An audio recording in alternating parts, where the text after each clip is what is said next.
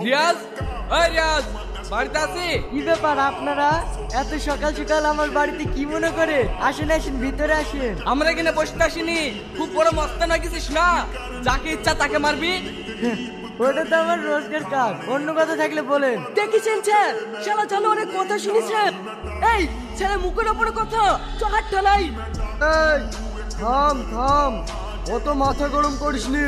Sir থানায় তো নিয়ে যাচ্ছেন, ধরে রাখতে পারবেন তো? বাবার ফোন আসলে তখন আবার ছেড়ে দেবেন না তো?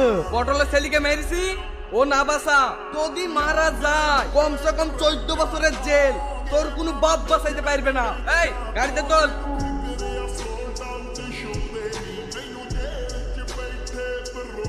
ফোনটা তোলেন, দেখেন আপনার বাপ ফোন করেছে। হ্যাঁ বলেন স্যার। এই আসিন, ওকে ছেড়ে দে। ছেড়ে দেবো কিন্তু স্যার। বেশি কথা বাড়াসনি, আমি যা বলছি তাই কর। ঠিক আছে স্যার।